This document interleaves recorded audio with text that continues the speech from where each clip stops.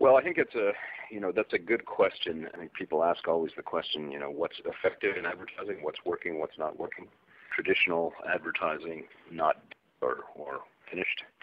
And I think it depends what you mean. I mean, as much as we have been very big innovators in the world of communications, in the tools and means of reaching consumers in the new ways, advertising itself is just part of the cultural dialogue of and has been for, well, modern advertising, of course, is mostly thought of as television commercials and print ads and billboards and so forth. Even this is not dead. I mean, it's no more dead. Radio has not been killed by television, for instance. Television will not be killed by the internet. So I think it's just the way people consume these media is changing radically. And with the increased penetration of high-speed digital networks and even mobile high-speed digital networks, the technical restrictions to delivering a great experience are going.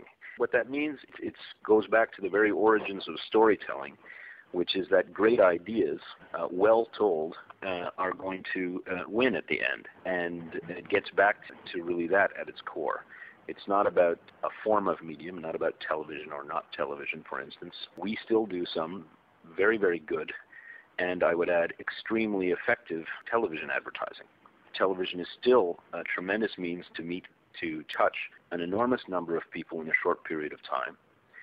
And film is still one of the most powerful, if not the most powerful, emotive medium. In other words, capable of generating emotion, which is, in fact, what you want as a brand, which is to build an emotional connection. Amsterdam Worldwide also has a dramatic new approach. How successful it is? Has anything changed? So that really, sort of summarizes how we approach things and why we've taken from the very, very beginning an approach which is concentrating on the idea first and not the medium or not the executional format, which means, we're always looking at what is going to create a talking item.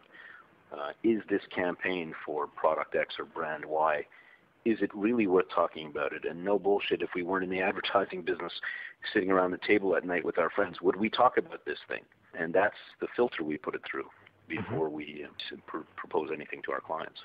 When did you advise clients use viral and buzz marketing solutions? I don't know about you guys, but I think right now there isn't a single client who doesn't want a viral film as part of a campaign.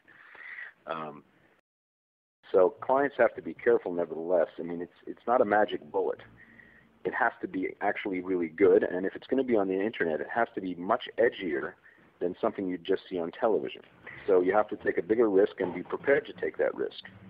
Are these edgy things being prizes, or is it worth to deal with them? Yeah, I think this is a classic issue. A lot of clients, they sometimes say, "Oh, you agencies you only want to win prizes or awards."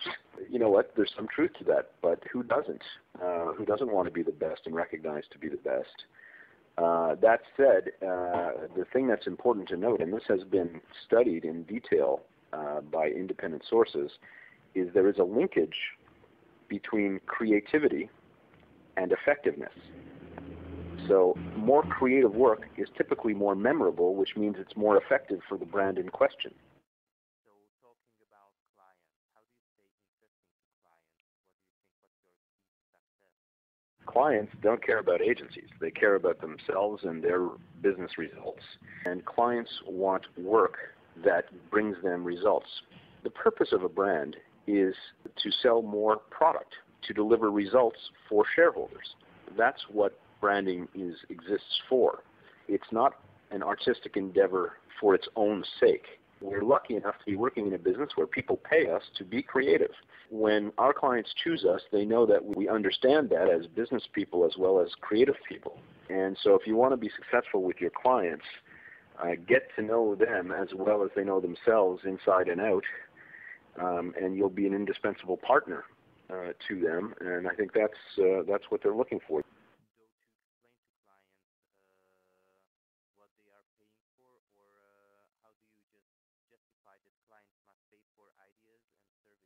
I know it's a hot topic even at the top of the very biggest agencies, is getting paid correctly for the value you create on behalf of a client.